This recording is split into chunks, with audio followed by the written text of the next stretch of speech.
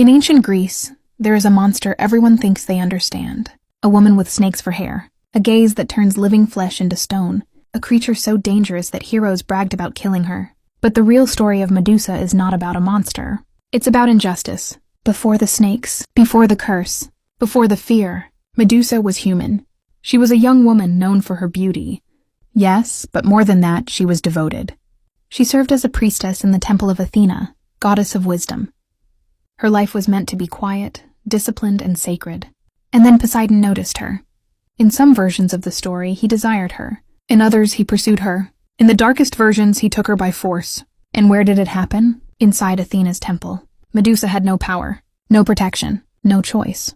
When Athena discovered what had happened, the punishment did not fall on the god who caused it. It fell on Medusa. Athena transformed her hair into living snakes. Her face became something people could no longer look at without fear. And worst of all, Athena cursed her, so that anyone who met her eyes would turn to stone. Medusa was cast out, exiled, alone, branded a monster for something she did not choose. And this is where the story changes. Because Medusa didn't hunt people. People hunted her. Warriors came seeking glory, trophies, proof of courage.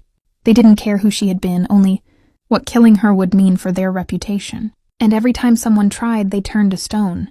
Not because Medusa chased them, but because they refused to look away. Over time, the stones around her cave piled up. Frozen men caught mid-attack, their arrogance preserved forever. Eventually, a hero was sent, Perseus. But even he was warned. Do not look at her directly. He used a mirrored shield to see only her reflection. While she slept, he struck, severing her head without ever meeting her eyes. And here's the detail most people forget. Even in death, Medusa's power remained. Her head was mounted on Athena's shield and used as a weapon. The same gaze that had once isolated her now served the goddess who cursed her. Medusa never escaped her punishment. In Greek folklore, Medusa is often reduced to a monster. But read closely, and her story becomes something else entirely. She is a warning about what happens when power protects itself, when victims are punished instead of those who harm them, when society rewrites suffering as deserved. Medusa didn't turn people to stone because she was cruel. She turned them to stone because no one ever listened to her.